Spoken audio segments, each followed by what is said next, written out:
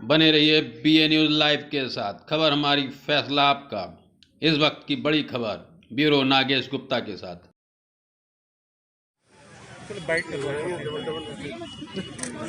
चलिए sir bite कर लेते हैं, बाइट कर लेते हैं। मैंने 125 विधानसभा बरेली कैंट से कराया है। क्या प्राथमिकताएं हैं? हमारी प्राथमिकताएं अभी तो ये हैं कि चुनाव निष्पक्ष होना चाहिए, जिसके अंदेशे जो हैं, हम तो इस शुक्र हैं कि चुनाव जो है वोटिंग मशीन EVM के बजाय मैनुअल होना चाहिए। हमारा बहुत बड़ा मुद्दा ये है और हम ये चाहते हैं और इस बात को जोर देने के लिए हम इस नामांकन को भी कर रहे हैं और इस मुद्दे पे चढ़ेंगे। लेकिन इलेक्शन कमीशन इसमें सुनवाई नहीं कर रहा और जो विपक्षी पार्टियां हैं तथाकथित या जो भी कहिए, तो उनकी बात उन्होंने नहीं कहा। मैं इसको उपयुक्त नहीं मानता। चुनाव आयोग को खुद सुनिश्चित करना चाहिए। जब सारी दुनिया में, जब पूरी दुनिया में ज़्यादातर देशों में जहाँ लोकतंत्र है, वास्तविक लोकतंत्र है, वहाँ पर मशीन से चुनाव नहीं हो रहा है, वहाँ बैलेट पेपर से चुनाव हो रहा है। तो हिंदुस्तान में जहाँ 130 करोड़ लोग हैं, वोटर हैं, और जहाँ पर हर दल फोरम पे, पब्लिक फोरम पे पब्लिकली कह रहा है कि बैलेट पेपर से चुनाव हो, वहाँ पर EVM से कराना। जब हम एक मोबाइल फ़ोन में कहीं पैसा जमा करते हैं, वो डिस्कनेक्ट हो जाता है, वो रिचार्ज हो जाता है, अपने आप शुरू हो जाता है, सारा सर्वर बेस बंदोबस्त है, कोई भी चिप लगा के कहीं भी किया जा सकता है। तो ये बड़ा ज्वलंत मुद्दा है। इस मुद्दे पे चुनाव आयोग को सोचना चाहिए।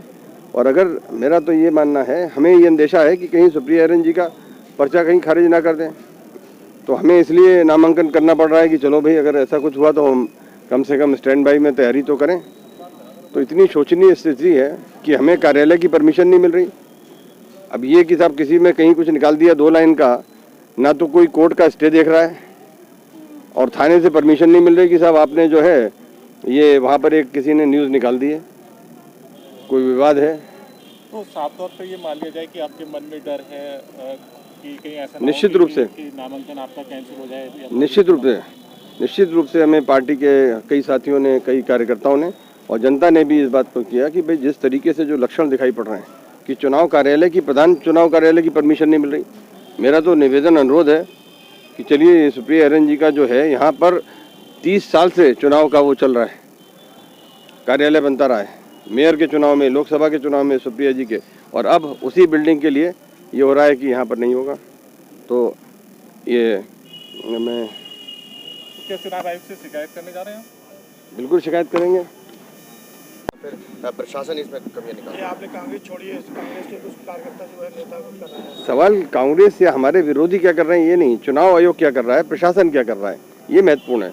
विरोधी तो विरोध करेंगे नहीं। लोकतंत्र में अगर विरोध नहीं होगा, कोई सवाल नहीं करेगा, तो लोकतंत्र कैसे होगा। मुझे उनसे कोई शिकायत नहीं है जो इस पहलू को उठा रहे हैं, लेकिन वो पहलू सही है कि नहीं है, बिना देखे बिना समझे आज 3 दिन 4 दिन हो गए, उसके लिए NOC नहीं मिल रही थाने से। ये बड़ी विचित्र स्थिति है।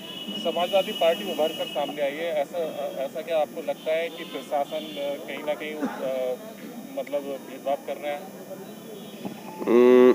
अभी मैं नहीं कह सकता, लेकिन माननीय अखिलेश यादव जी ने पहले भी ये बात की है कि बहुत सारे ऐसे लक्षण हैं कि ये BJP को कैसे मालूम था कि डिजिटल चुनाव होगा, BJP को कैसे मालूम था कि, और उनकी 3 महीने से बसें डिजिटली एक्टिव बसें हो गई, 4 महीने से तैयार हो गई, उनके सारे वॉर रूम तैयार हो, विपक्ष को पता नहीं।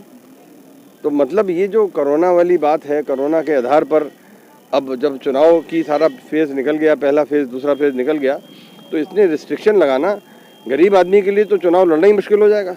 जिस तरह की जितनी प्रक्रियाएं बना दी गई हैं, आम आदमी तो इतनी जुगाड़ कर ही नहीं पाएगा। तो ये तो पूंजीपतियों का फिर चुनाव बन जाएगा दिन पर दिन। जो दनीय है, और हम ये जरूर चाहते हैं कि चुनाव आयोग अगर वाकई में निष्पक्ष है तो इन सारे को देखे। और माननीय अखिलेश यादव जी की समाजवादी पार्टी ने एक राष्ट्रीय पार्टी रही है और फिर राष्ट्रीय पार्टी होगी, और अभी भी महत्वपूर्ण पार्टी है। कौन नहीं जानता कि उसकी क्या स्थिति है कि एक गांव में, एक कस्बे में, एक शहर में, गली में उसके कार्यकर्ता हैं। जब उसके राष्ट्रीय अध्यक्ष ने ये बात कही है तो इससे सोचना चाहिए और चुनाव को निष्पक्ष कराने के लिए इस स्टेज पर भी जो आवश्यक कदम हो उन्हें उठाया जाना चाहिए। और हमें गिनती के समय भी ये जो मतपेटियाँ, ये जो मशीनें EVM जहाँ रखी जाएंगी, उनकी डबल ट्रिपल सुरक्षा हो, उसकी पारदर्शी सुरक्षा हो। ये नहीं हो कि साहब इसमें आचार संहिता है तो लोग वहाँ बैठ नहीं पाएंगे। पारदर्शी ये चुनाव ना सिर्फ चुनाव आयोग सुनिश्चित करे बल्कि लोगों को दिखाए, जनता को, आम जनता को दिखाए, विज्ञापन के थ्रू बताए, टेलीविज़न पे चुनाए, उसका यूट्यूब चैनल उसका शुरू करे, यूट्यूब वीडियो में दिखाए कि कैसे सुरक्षा सुनिश्चित की जाएगी, कैसे वहाँ पर डे एंड नाइट वो होगा। हम तो चाहते हैं उसे ऑनलाइन कर दिया जाए, जिस जगह पे ये पूरी मशीनें ईवीएम की रखी जाएं उसे ऑनलाइन करा जाए कि पब्लिक उसे देख ले, उस पर सारी प्रक्रिया को। आप सबका बहुत बहुत धन्यवाद।